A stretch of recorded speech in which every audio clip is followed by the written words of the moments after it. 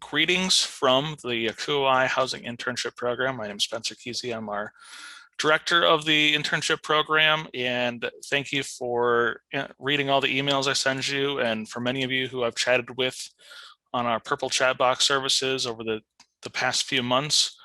We're excited that we have finally moved to the communication stage of our process. So starting today, just 2 hours ago, you should have been able to start being in communication with hosts, whether they're reaching out to you, you're reaching out to them, wherever you're at in that process. But thrilled that you took a few moments out of your day to join us for some interview tips for interviewing in a virtual space.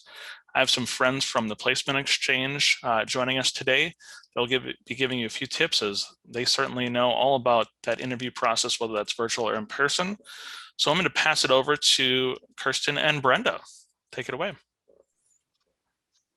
Great, thank you, Spencer, and good afternoon or good morning, depending on where you might be located. I'm Kirsten Fox. I am the director of the Placement Exchange, and put together just a few tips for your interview process.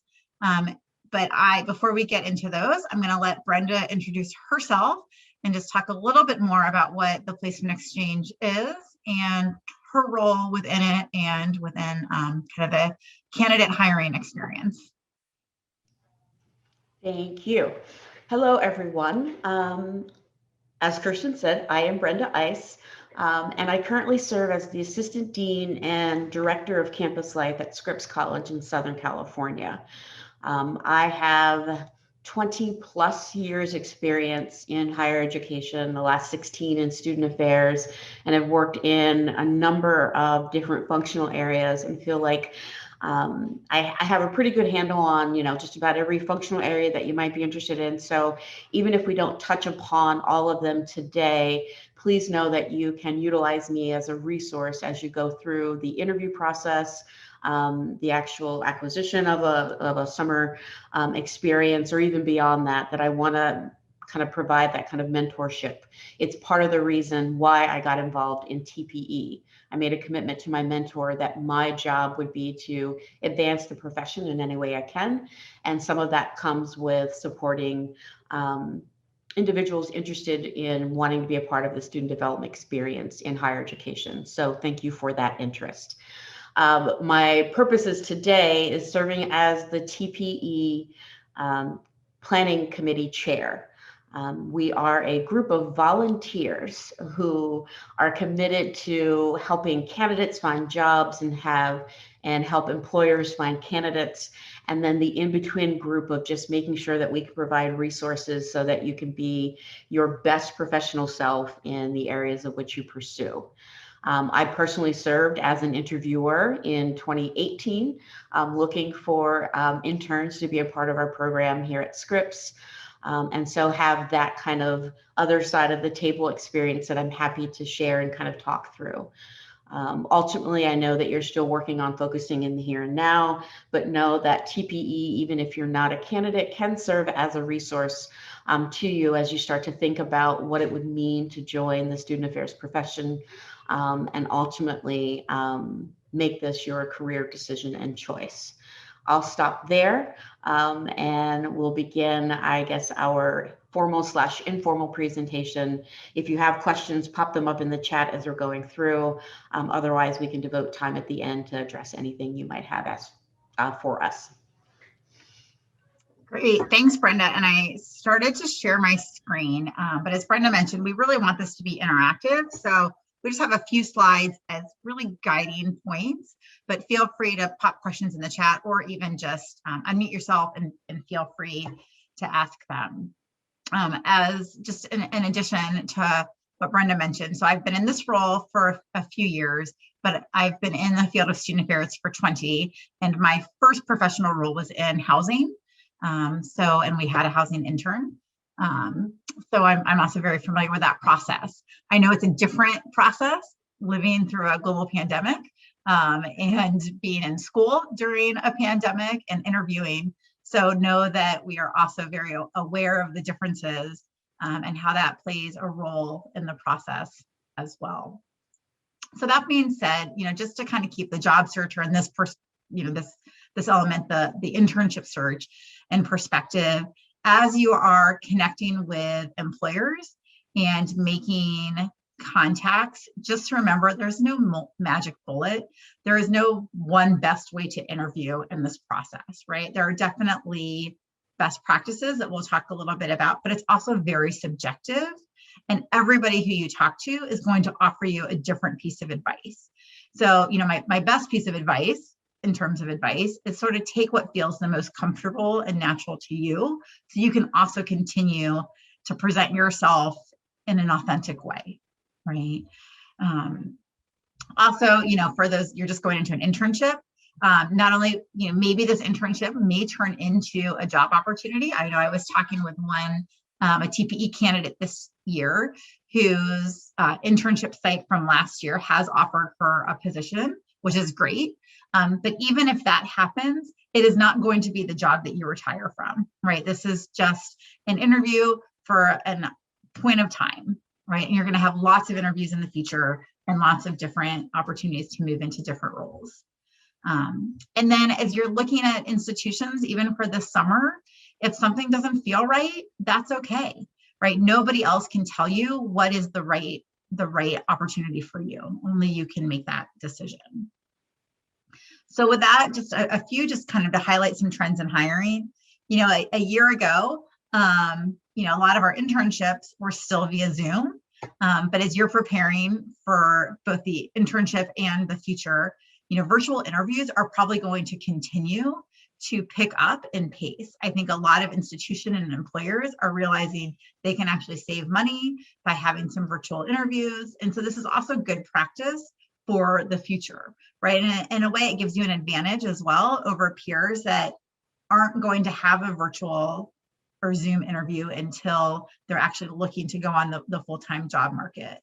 I would also say, as you are considering where to accept an internship, make sure that you are scanning that institution's website. Most admissions offices over the past year have done a really good job of enhancing their virtual tours that will tell you more about the campus as well as more about the surrounding area. So if it's an institution or a location that you have never been to, you can get more information than ever before, through their website. Also look at the local chamber of commerce or the local town. They also are increasing their video presence to provide kind of some virtual tours. So you might not necessarily walk away from an interview feeling like you have a great understanding of what it might be like to spend the summer there, especially for institutions that are bringing candidates, in person, which the majority seem to be. But it can provide you a little bit of a better insight into both the institution and the surrounding area. And as nerve-wracking as sometimes it is to interview virtually, just remember, you are more than likely more tech savvy than the majority of employers who are hiring for candidates right now for internships, right? Just by virtue of being a little bit younger, having more tech savviness. So just know that as nervous as you are, employers are probably even more nervous. So kind of breathe there a little bit. Brenda, anything you want to add, or Spencer? I was simply going to add, particularly as you're going through the search, is that if you aren't someone who journals, then maybe you find time to just start jotting down your experience through this process.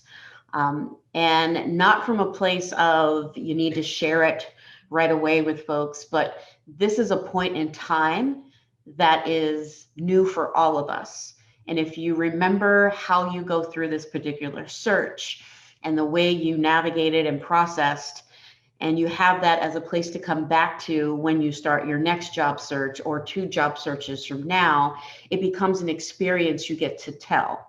And you get to talk about how you searched and worked through a pandemic, how you searched and worked through a tipping point in higher education where we have to think differently about how we're supporting our students. And while it may not be as tangible right now in the living moment, trust me, years from now, when you reflect back on this, it becomes a very good story and experience to share with employers about how you navigated that. Great. Thank you, Brenda. And I think that's a great suggestion. So as we're going into kind of the components of the job or internship search, right? A lot of times people just think it's the application and then the interview, and that's really it. So we're not going to go into these today, but just so you know, right, there are actually a lot more components. And so kind of a shameless plug also for TPE. So really starting even now, you can start engaging with the TPE website. We have lots of free resources, old webinars on our TPE YouTube library, for example, that goes into a lot of these in more depth. We will most likely do our Jumpstart program again early next fall. So for those of you that will be, returning as second-year grad students, that's a second-year grad student program, because the job search could take a lot of time. So just kind of know that it's there in the future. But today we're really going to just talk about interviews. But you can't talk about interviews without talking about interview prep, right? I have spent a lot of years in the career development sphere and have done employer research. And one of the pieces of feedback we would get time and time again is the number one reason a candidate doesn't land the job is because they weren't prepared enough to talk about the position, the school, the role, right? And so it is not just, I want to work in housing, so I'm applying for this housing internship, and here's all of my credentials. You need to have a distinction between, okay, what is unique to maybe that department? What type of institution is it? What does our student population look like? What might their goals be? Right, all information that you can find readily available on the website. But that takes time to do a little bit of that research. But that will also help you decide what might be a good opportunity for you and what might not feel like it aligns with what you're interested in doing. The other piece of interview prep, and this is a great, Brenda's kind of tip about journaling is a great way to also focus here. What are your differentiators? So for those of you that are, maybe you could use the thumbs up or the high five emoji. I'm assuming many of you are finishing up your first year of graduate school. Anyone? Yeah, I see some heads nodding, right? So not that you're each other's competition, but what differentiates you from other first-year grad students that have had an assistantship on campus and are currently in a graduate preparation program, right? What are your differentiators? You all have them, right? And so to think about that, think about what are you most proud of? I always say, kind of write down, I always take 5 or 6 different note cards and I write down 5 or 6 different examples of things I'm really proud of having done. Oftentimes, it's not as much that it has to align with the position you're applying for, because you can then kind of tweak those to go into the position that you're applying for, right? But make sure that you're kind of ready and equipped to have those. And then, the other piece of interview prep is practicing, right? The fact that you're here today is great because you're going to start thinking about it more than, the day before the interview or the hour before the interview, but practice. And we're going to go over at the end, kind of here's some questions you might want to be prepared for. But actually, practice into your phone, actually answering some questions, or if you have a roommate or via Zoom, Zoom with somebody and, do a mock interview just to hear yourself kind of answer questions and see what sounds like it's a good answer and where you might need to continue to kind of work on it. And then that leads into the actual interview components, right? So when we say first impressions matter, it isn't necessarily how you appear, right? If that's what they're looking for, I would say you might want to question if that's where you want to work, right? But first impressions, are you prepared? Did you do your research? Were you on time? Even with the virtual waiting room, most employers will kind of let you in. You don't want to, if your interview's at 12 noon, you don't want to be logging in at 11:59, right? You want to log in even earlier so that you can make sure that you have time and that you're in. Did you do a sound check? Did you make sure your technology worked, right? Do you have Wi-Fi access? In the virtual lens, that's what we mean with first impressions matter. But also, again, that you're prepared, right? And that you've done your research. I talked about the come with things that you're most proud of. Many of you have probably heard this already, the STAR method. I like to call it the START method, right? Where you want to give an example in your interviews, right? Those examples are really important because it helps to, again, differentiate you from someone else. But when you're giving those examples, right, what is the situation? You know, so I'm a first year graduate student at the University of Denver, and my assistantship is in housing as a assistant hall director, right? What were some of the tasks that you did? What were some of the actions that you took? You know, because it was during a global pandemic, I had to lead a team development and staff retreat completely virtual, which was a new experience, right? That's the action. And then what was the result, right? And as a result, we still were able to build teams. We have been able to work really well together, even in the virtual space, right? Again, making sure you bring that result in and then tie it back to the role. You know, so I see as part of the summer internship, it would be helping to coordinate staff training, even if I'm not still in the internship for staff training. I have this experience that was successful last year, and I learned some things that I would do differently that I could bring into this position.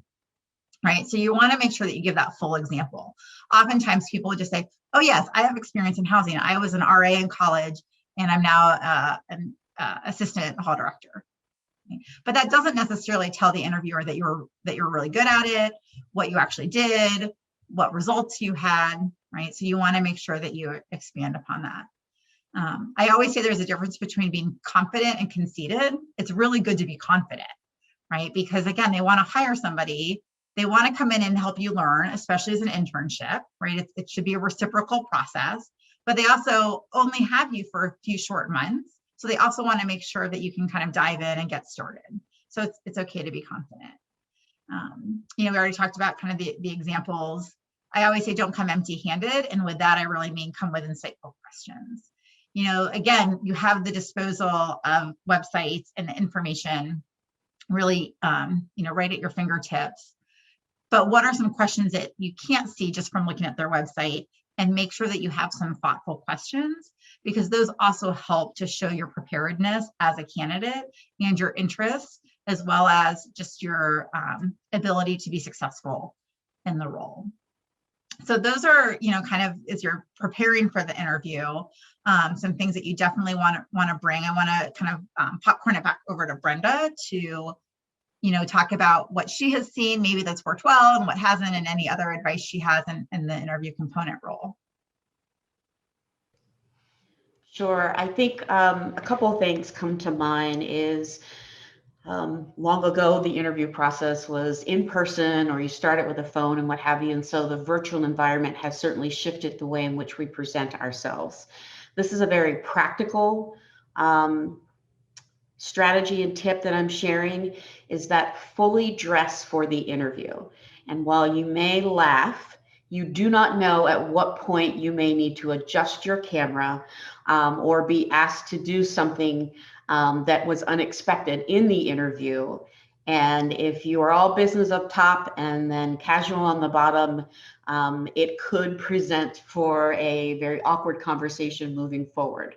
I also think there's value in dressing as if you were in person, just so you feel differently going through the interview and exercise.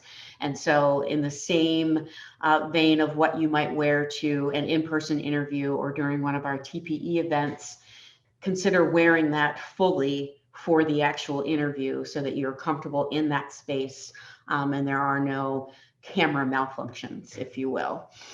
The only other thing I'll add, and we can keep moving through the slide, is the section on the insightful questions. And this is where you'll need to, and I recommend, having seen it as an employer, this is where you really need to do your homework and try to avoid questions that can already be answered by visiting the website. That, you know, the redundancy of asking us, you know, an employer, you know, so tell me about your campus population. Well, it's probably on the website. So if you really want to know about the campus population, shift it and say, talk to me about the campus culture. What does it mean for a student to engage with your office or with your institution? And while you might have some semblance of understanding from the website, it now gets them to start thinking and expand upon the numbers or the information that we put on our website. So that's kind of the more insightful piece, particularly in your next interview process. Great, thank you, Brenda. And that goes back to also why the research in advance is important too. So we've already kind of talked about this. I just can't highlight enough the importance of articulating your value. And when you think about right now, as we're in the still living within a pandemic, right? Some elements that employers value that have come to the forefront since the beginning of COVID are flexibility, adapting to change, creativity, and innovation. I don't think that should surprise any of you.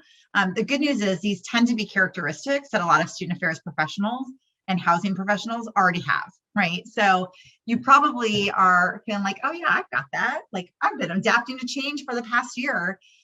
But this is where you can then bring some of those into those examples that you give, right? Know that this is what they're looking for. There are probably a lot of employers that are really looking forward to having you as an intern this summer, but they really don't know what it's going to actually entail.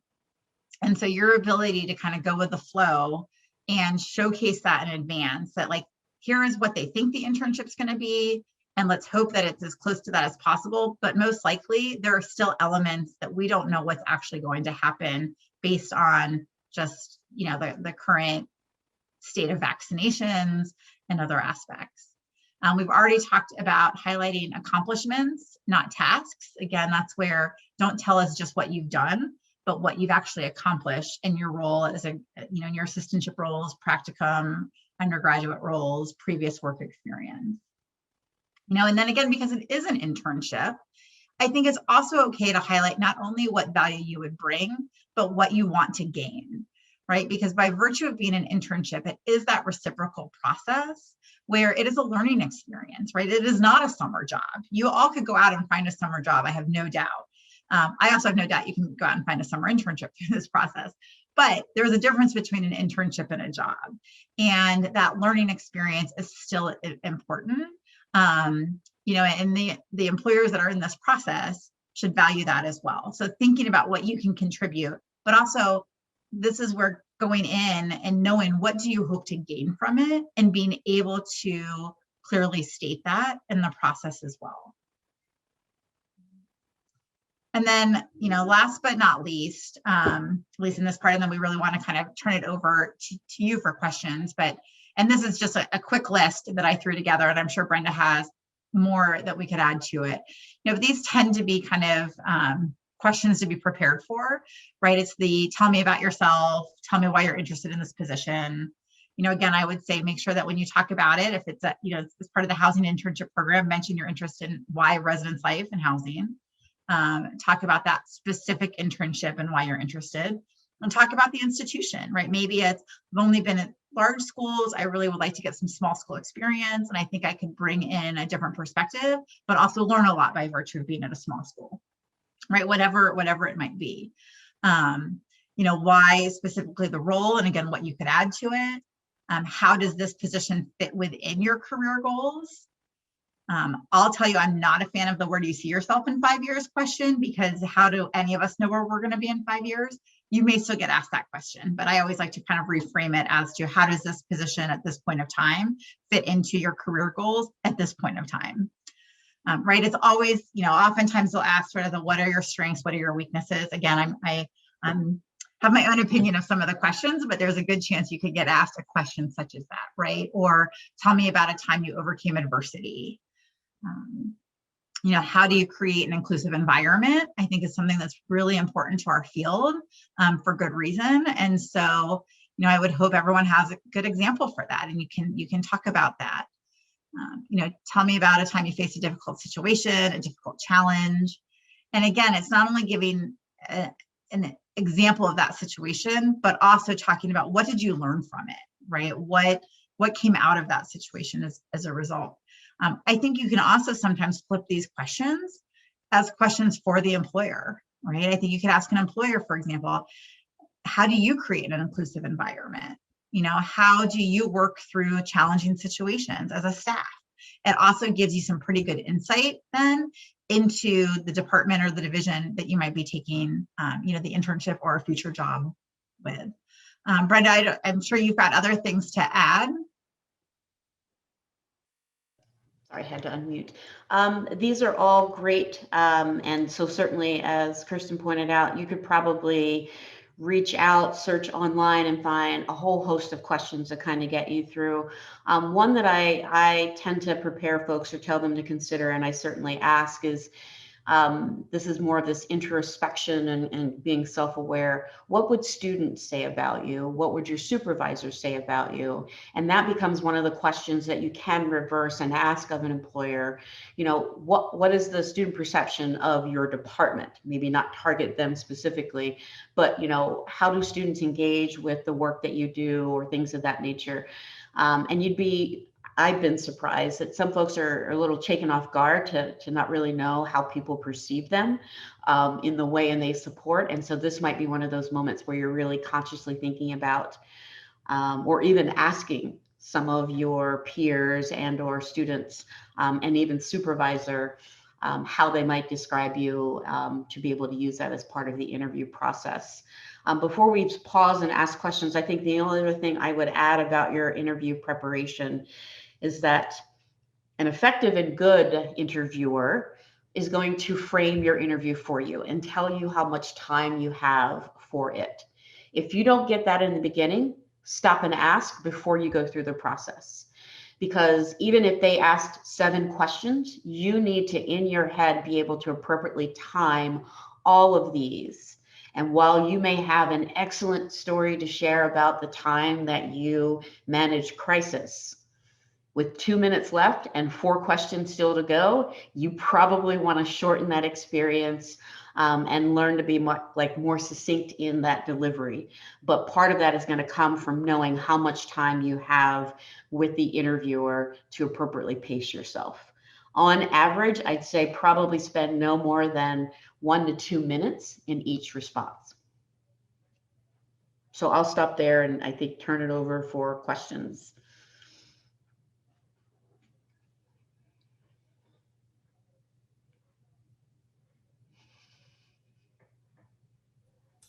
And again, certainly thank you to Brenda and Kirsten for that great overlook of what virtual interviewing can look like. And in our internship program, all of your interviews are going to be virtual. You know, this is the interesting component of being in the ACUI housing internship program is everything you do is set up virtually, met with virtually, and until you go in person to a site, you don't get to see these people in person. So how you can represent yourself and how they represent themselves to you is so important in this process. I know I'd love to be able to have some question answer time for those of you who are approaching interviews starting in a week. What are questions you might have? So great question just came in the chat. How should we best prepare for shorter interviews, say a 15-minute interview? Certainly there's a number of internships out there that they may do a general 15-minute first interview with a number of candidates and then trim that down and then offer second interviews after that. So in a short interview, what are some best ways to prepare? Yeah, I think that's a great question. And for this kind of initial screening interviews, this is where you do want to be concise in your answers and having sort of your elevator pitch ready to go. Kind of that here, you know, they'll probably say, tell me a little bit about yourself or introduce yourself in some way. And that's where you can just kind of go right into who you are, why you're interested in the position, and the experience that you have that's prepared you, right? That an elevator pitch should only be about 90 seconds to begin with, but you can get a lot of information out there. So if you start that, it kind of can create a foundation for then their other questions. But then to Brenda's point, if you know that, then you probably know you only want most of your question and answers to be, you know, a minute and a half. And it's not easy, but that's where still by making sure that you can give some sort of example. So when they walk away, they can remember something that you said that also sets you aside. Thanks, Kirsten. A couple other questions that are housing internship program specific that I can help answer for the group. So a question about communication that opened today. Should hosts be reaching out to candidates or should candidates be reaching out to hosts? It's really two-way. Certainly we want the host to, you know, initiate invites to interview for positions, but certainly as you're reviewing positions or maybe even not heard back from an institution later this week, to reach out and say, hey, I'm really interested in your position, so I'll make sure that my materials came through, or see where I might be in your process. All of our host sites are working on different timelines depending on what's happening at their school. So just be patient in that process. Some schools are moving at warp speed and make this a very competitive process internally, and some schools just want to go through the process, interview some candidates, and knowing that we can't offer positions for a month, so they're not stressed about rush timelines. So again, there's a messaging system. If you hit the envelope, you should be able to reach out to some schools, but hopefully they will be initiating that contact. I just sent out a message to all host schools just this afternoon, reminding them that communication's open and all the tools that they have to communicate with you all in our platform. So stay tuned. Another question that came in about our program is that there's a cover letter, but there's also a statement, kind of your applicant statement, that kind of about you. So really that's an opportunity for you to just let yourself shine. What are you looking for? What makes you you? And that is different than a cover letter in this process. And then you'll see some situations where your application is termed under review. It really depends on the school. Don't read too much into that titling. Some schools, it's a one-person process where they look at all the candidates, they look at all the applications, and work on filling that intern spot for the summer. There's others that have a team. So if it's a team, you might be under review because multiple people are looking at your file. But if you're not seeing that under review status, that doesn't mean anything bad or good. That doesn't mean they have not read it. We don't have read receipts in the program, so there's no way to tell when your application was looked at. Sorry, I'll work on that in the future. Great feedback. But just note that whether you see under review or not doesn't mean anything good or bad in the process. If you see, we saw some terminology come through in the program the last couple of days where there was a school that no longer was hosting an intern. People had applied for it. I believe it was application withdrawn. Let me take a look. But certainly, while that's disappointing, you don't have to be worried that you pulled your application. It was just that they're no longer hosting that. There were a couple schools that pulled that out. So you're not doing anything wrong on your end. Please don't get stressed about that. In terms of waiting to contact employers or reaching out right now, wait. Today's the first day they can communicate with you. So just be patient in the process. It's a month-long interview process. Again, no offers until the middle of March. So just be patient, hang in there. And I hope they all start reaching out rapidly, but they have time and they're working on a pandemic pace on their campuses as well.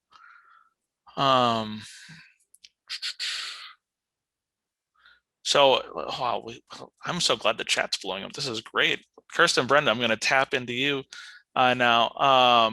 Let's see. What are some questions that you recommend we ask our interviewers? What are some questions you recommend we ask our interviewers? Brenda or Kirsten? I'll start with the one you should probably not ask because it's likely to be answered for you. And that is what are the next steps in the search process? They're going to tell you that anyway. So let's not fill the time with one of those kind of questions that you really are interested in discovering, particularly if it's not on the website.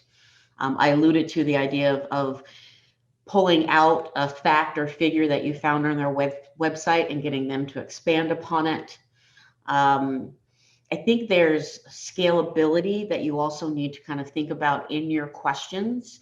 And it's not that you don't necessarily have interest in the strategic plan of the campus and the initiatives, but perhaps, so, maybe avoid asking, what is your, I see you have your 2021 goals and, that's great that you did that homework, but think about that this is a small period in time that you'll be working with this institution, and perhaps your questions are framed around your value added during this time period, the possibility of adaptability and pivot moments. Is this position really just task focused about filling gaps for vacancies, or is there an opportunity for you to actually provide insight and develop initiatives, particularly if it's unclear in the job description that they've kind of created? And so while I haven't given you the exact question to ask, I think that can help frame a little bit about what you should be considering and asking them.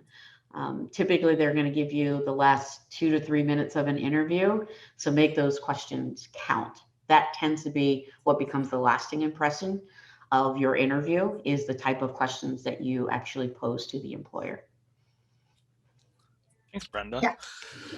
I was just gonna kind of follow up. I think that's exactly right. And also remember that it's for summer, so you don't have to ask questions about what was it like to move here or to create a life here, right? Like it's just a summer.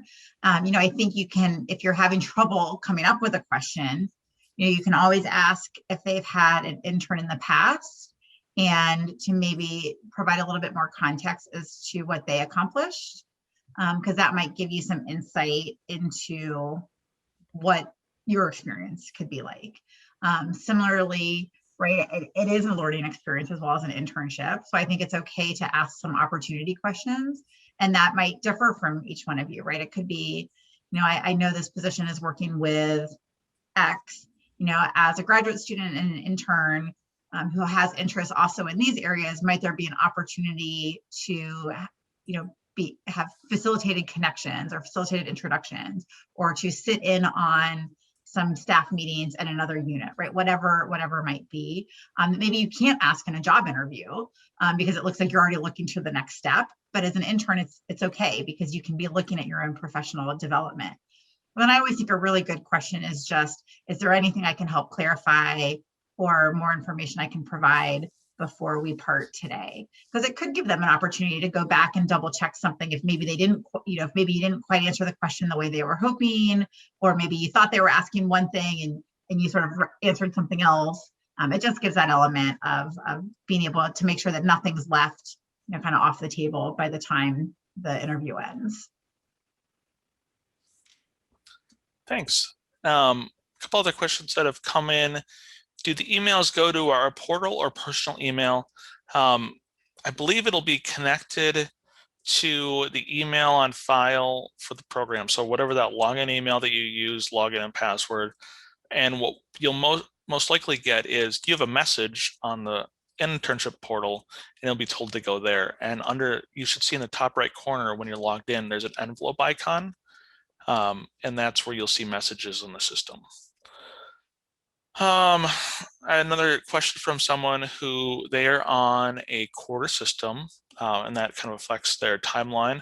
I would actually say, hey, you're in a great spot, because there's going to be a number of internships they're going to love that you can stay a little bit later in the summer, because there's a number of programs that they wish their intern could stay, late into July or early into August and get whatever they had worked on all summer actually launched to the students who are moving in. Often our interns that are from your traditional semester schools by mid-July need to be back on their campus to wrap up grad school. So, and the same thing goes if you're an undergraduate student, you have a bit more time flexibility that some internship sites are going to love. So take a look at those preferred dates on internship postings to see what works for you. Obviously, it's a kind of a flowing, rolling process, and internship sites, some have great flexibility in terms of dates, and some are really strict on this is the time we need you, and if you can't be here during that time, you're not a viable candidate. So you just have to really read the position descriptions and the timelines laid out. Let's see. Question that was posed, this is a tough one, and maybe we have anyone in the audience who's already done the internship program before. The question was, what's one thing you wish you knew before going into an interview? Oof, that's a tough one.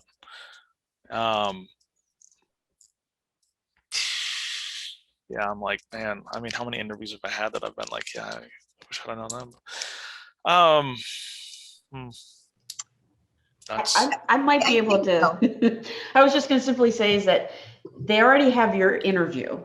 or excuse me, your resume. So I think the one thing you want to avoid is repeating what they've already read. So I think that sometimes is one of those gaps that after you sit back, you're like, God, did I really just spend 15 minutes talking about the one job when I have like 4? And so that might be one of those reflection moments is they've already read it. So focus on a highlight of it, or perhaps something they didn't see on your resume. And not that you excluded it intentionally, but maybe it wasn't relevant to the position of which you were applying that you could use to expand upon. Yeah, I would agree with that. As a reminder, your resume is basically just, the goal of the resume is to get to the interview process. So you don't need to reiterate that. I think Brenda alluded to this earlier. If it's okay to reach out in advance to ask about the interview structure. If they tell you, that's great, you might not need to, but if they just set up the interview, it's okay to say, I'd like, may I ask who else is going to be part of the interview? How long is it? If there's any additional information I should know about the structure. What you don't want to do is come in and all of a sudden it's 20 people and you weren't expecting that. Or they ask you to do a presentation. I don't know that they will. And then you show up and you're presenting to just one person, right? That might be awkward, to feel awkward too. So just so you have an idea of who's going to be on the other side of the Zoom or whatever platform that they're using, within the platform will be just helpful. And it's okay to ask. It also just shows your willingness to be prepared and ready. Let's see. Other questions that are coming in. Should we reply to the messages on the system when they reach out, or should we email them directly?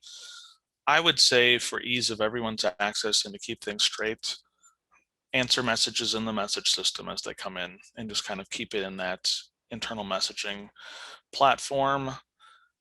Should we reach out to employers after we get an interview offer?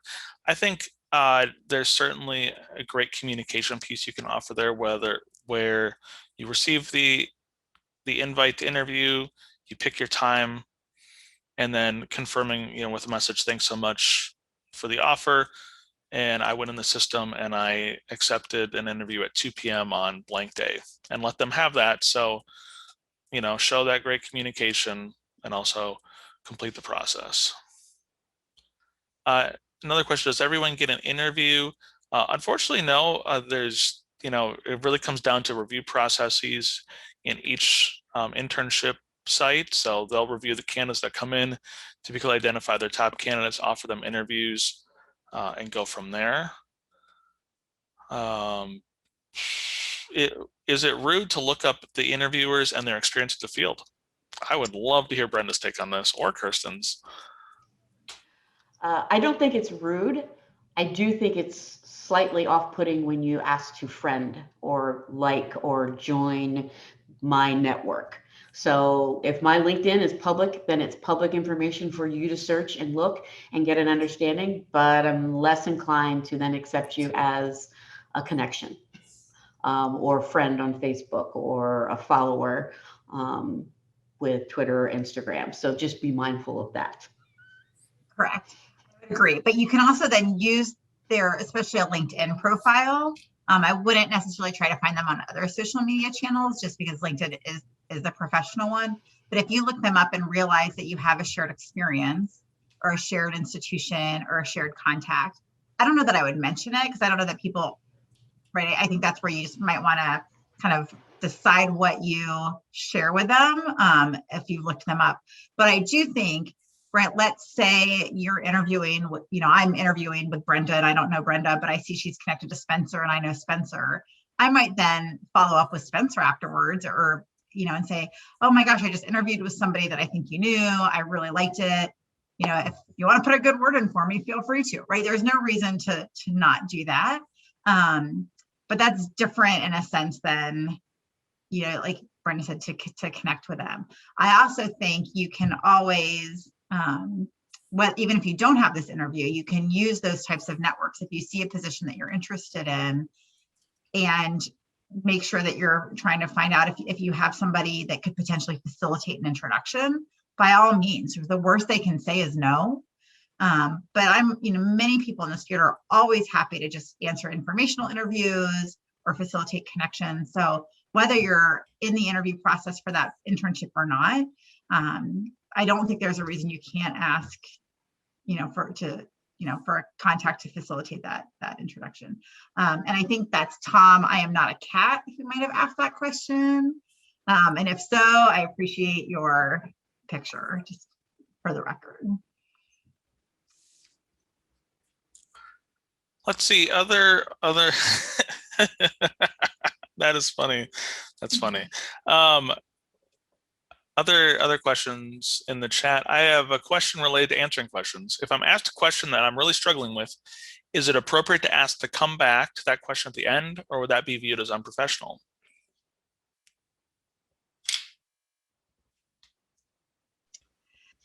So I wouldn't necessarily ask to come back to it, but I do think it's okay to take a pause. And I think it's okay to say, oh, that's a really good question. Let me think about it.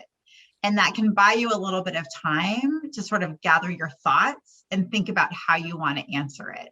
I think I would suggest that, if you're really struggling, you can always say, what, could we come back to it? They might be okay with that, but if you can avoid that, I would absolutely encourage you to try to avoid that. But there is no problem in asking them to restate the question, saying that's really good. I'd like to take a second to think about it. And that pause is okay to have. I know people can be uncomfortable with silence, but it's not really going to be that long. And I'd rather somebody be thoughtful in a response than just blurt out a response without taking the time to think about it. I think we have gone through our questions in the chat, so I really appreciate Kirsten and Brenda answering those for us. We got, just when you thought we were out, we're not. Let's see.